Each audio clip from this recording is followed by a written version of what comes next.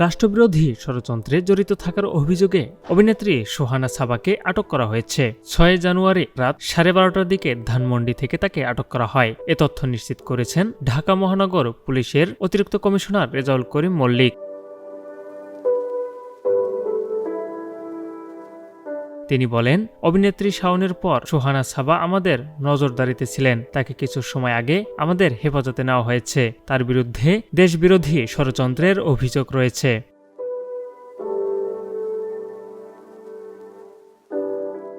এর আগে বৃহস্পতিবার সন্ধ্যা 7টার দিকে গ্রেপ্তার হন মেহের আফরোজ শাওন। তাকে ডিবি কার্যালয়ে জিজ্ঞাসাবাদ করা হচ্ছে।